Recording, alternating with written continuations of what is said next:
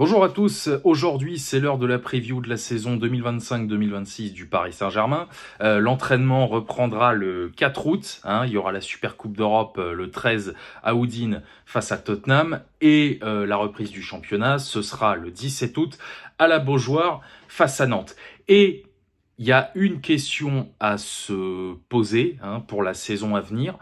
Au vu de tout ce qu'on a fait lors du dernier exercice, qu'est-ce qu'on pourrait faire de plus cette saison? Alors, on va commencer par le début, le mercato. Bon, déjà, il faut faire, un grand coup de balai là dans l'effectif. Il faut que beaucoup de joueurs s'en aillent, notamment Lucas Hernandez, Kangin Lee, Gonzalo Ramos, Lucas Beraldo. Voilà, déjà ces quatre-là, merci, c'était sympa, mais il faut que ça dégage. Non pas qu'on ait besoin de blé, parce qu'on a touché un beau pactole là, entre la Ligue des Champions et la Coupe du Monde des clubs, mais voilà, ces joueurs-là ont fait leur temps, ils ont pas prouvé grand-chose. Donc voilà, il faut du sang neuf là, il faut des recrues pour assumer toute la saison, parce que les titulaires ils sont cramés, d'autant plus qu'on n'a pas de banc. On l'a vu pendant le mondial des clubs.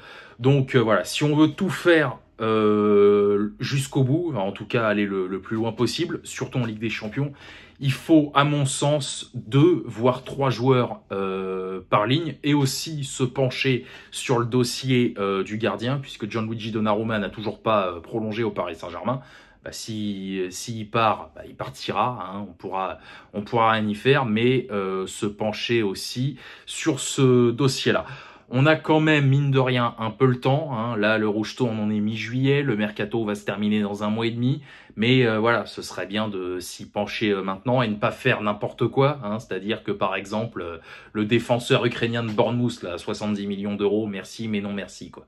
Voilà, c'est gentil de nous prendre pour des pigeons, mais à un moment, faut arrêter. Et les prêts aussi, tous les prêts, là, alors ça se décante apparemment pour Asensio et Skriniar.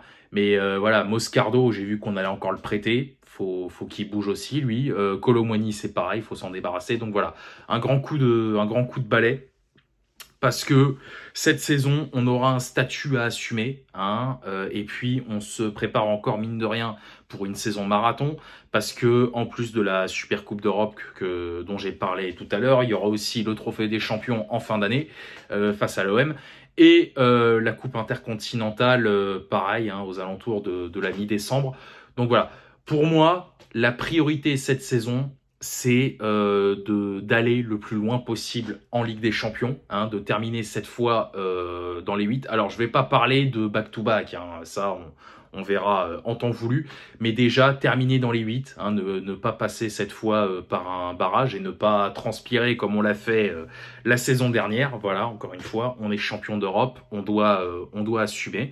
Ensuite, faire quand même le maximum en championnat, mais très franchement, je sais que je vais peut-être me faire des ennemis en disant ça, mais si on va loin en Ligue des Champions, dans un sens, la Ligue 1, tant que l'OM n'est pas champion de France, je suis prêt à la laisser de côté. Voilà, si on retourne en demi, en finale ou n'importe, qu'on soit pas champion, voilà, ça peut être Lille, ça peut être Monaco, ça peut être, j'en sais rien moi, Rennes, Lens, qui vous voulez, on s'en fout. Ce qui me ferait chier, c'est que, comment dire, parce que la différence physique, elle va se faire sentir, surtout qu'il y a encore des trêves internationales à venir. Ce qui me ferait chier, c'est qu'à la mi-saison, là, la trêve hivernale, on soit largué. Là, ça me casserait les couilles. Si en décembre, on est 3e ou 4e à 8 ou 10 points du leader, là, ça me casserait les couilles. Mais bon, pour l'instant, on n'en est pas encore là. Mais comme j'ai dit tout à l'heure, on sort d'une saison tellement grandiose, qui a été un peu pas gâchée, mais voilà, le tableau était un peu noirci avec la défaite en finale de la Coupe du Monde des clubs. Bon, à titre personnel, je m'en bats les couilles. On a perdu une finale. C'est bien, et alors, c'est pas la première et ce sera pas la dernière. Voilà, on sort d'un truc tellement grandiose que refaire tout ce qu'on a fait, ça me paraît pas impossible, mais franchement compliqué. Parce qu'on me dit, ouais, on pourrait faire une saison invaincue en Ligue 1.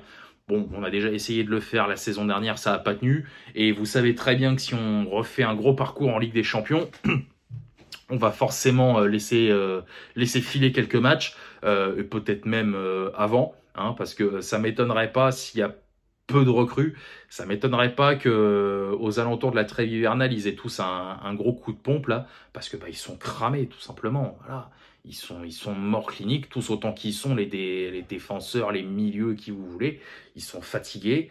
Donc voilà. Bon après. Je dis ça, hein, ça se trouve, on va refaire un truc comme la saison dernière. On va terminer champion avec 15 points d'avance sur le deuxième. On va retourner en finale de la Ligue des Champions. On va prendre la Coupe de France, la Super Coupe d'Europe, tout ce que vous voulez. On verra. Mais voilà, la priorité pour moi, c'est de refaire quelque chose de grand en Europe. Voilà. Après, le reste, on avisera. Hein. Ça, on a tout le temps pour s'y pencher. Hein. On est que mi-juillet. Le tirage de la phase de la Ligue des Champions, ce sera fin août. Donc voilà, d'ici là, il y aura beaucoup de choses déjà qui se seront passées. Mais voilà, hein, j'espère qu'on fera quand même une grande saison. Hein, peut-être pas encore une fois aussi grande que la saison dernière parce que c'est un peu compliqué, mais on verra tout ça. Voilà. Bah écoutez, moi je vous laisse là-dessus. Hein, je vous souhaite une bonne journée. Profitez bien de votre été. Et puis voilà, moi je vous reverrai pour la preview de la Super Coupe d'Europe face à Tottenham. Et puis après on enchaînera les débriefs. Bref, on repartira pour un tour pour la saison 2025-2026 du Paris Saint-Germain. Voilà, allez, salut à tous, sortez couverts et banzai.